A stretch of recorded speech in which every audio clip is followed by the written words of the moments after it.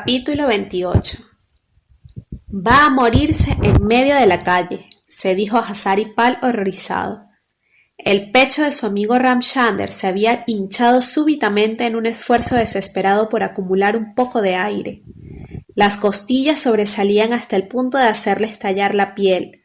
El rostro se había vuelto bruscamente amarillo. La boca se entreabría como la de un ahogado privado de aire. De pronto, un acceso de tos le hizo vacilar, sacudiéndole durante interminables minutos con un ruido de pistón en una bomba de agua.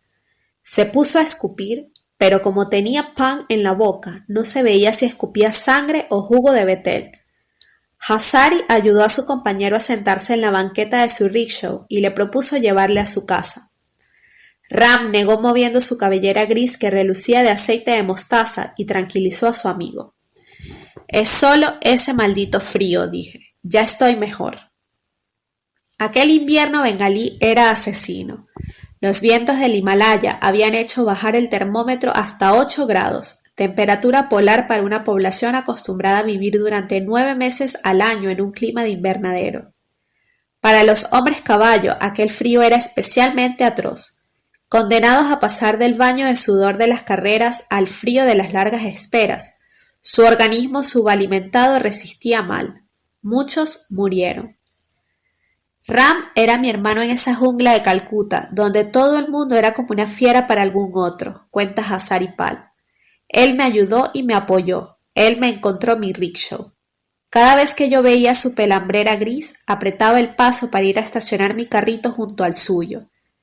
¿Cuántas horas habremos pasado sentados uno junto al otro en la esquina de Park Circus, de Wellesley Street, o cuando hacía calor ante el gran mercado del Lower Circular Road, que todo el mundo llamaba Air Conditioned Market, porque dentro había aparatos que soplaban esa cosa maravillosa que yo creía que solo las cimas del Himalaya podían soplar, aire frío. El sueño de Ram era poder volver algún día a su aldea y abrir allí una abacería. Estar sentado todo el día en el mismo lugar, no moverse, no correr más, decía, hablando de su futuro paraíso.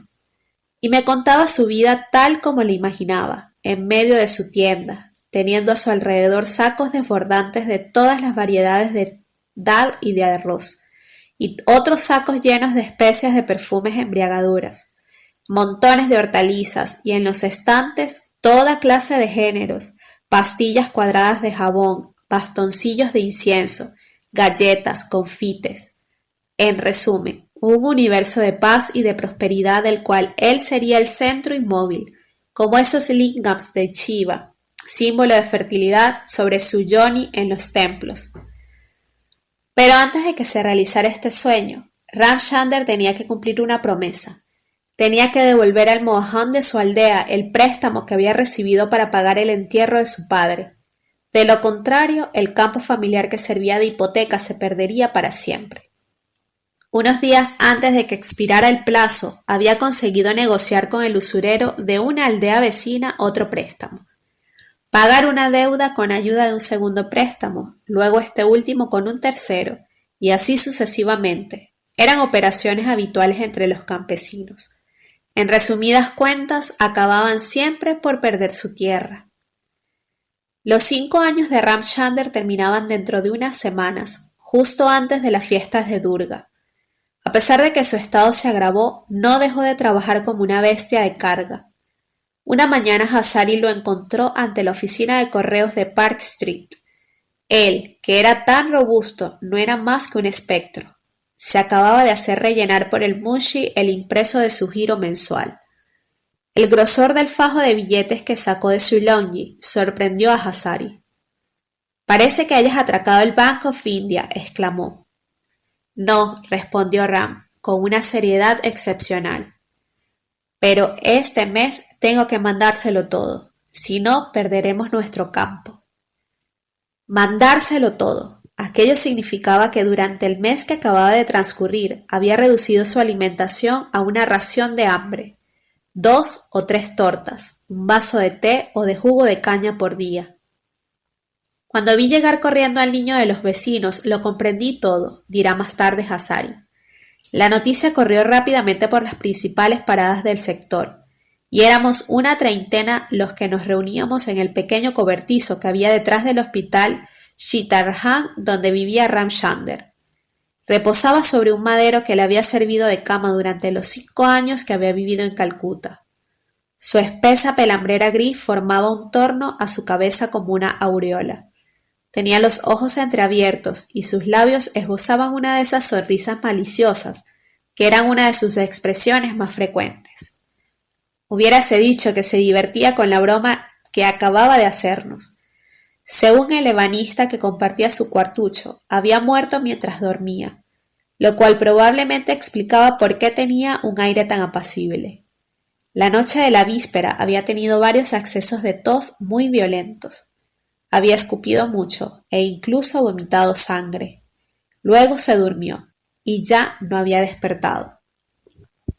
Ahora había que realizar los ritos funerarios. Se discutió con los demás conductores de rickshaws si íbamos a llevarle al cat de las incineraciones a pie o si era preferible alquilar un tempo.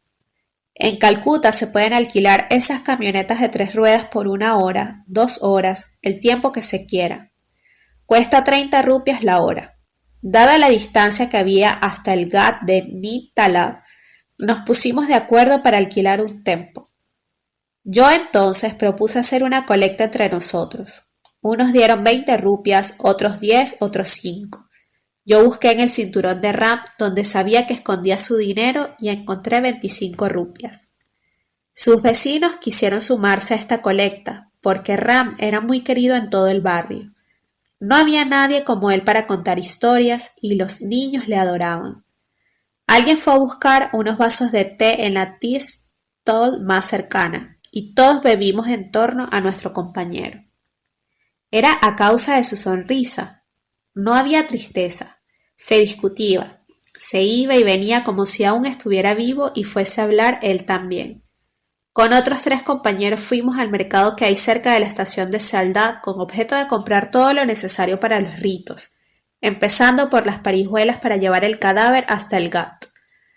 También compramos bastoncillos de incienso, un pote de ghee, 5 metros de telas de algodón blanco y un largo cordón para atar la tela alrededor del cuerpo.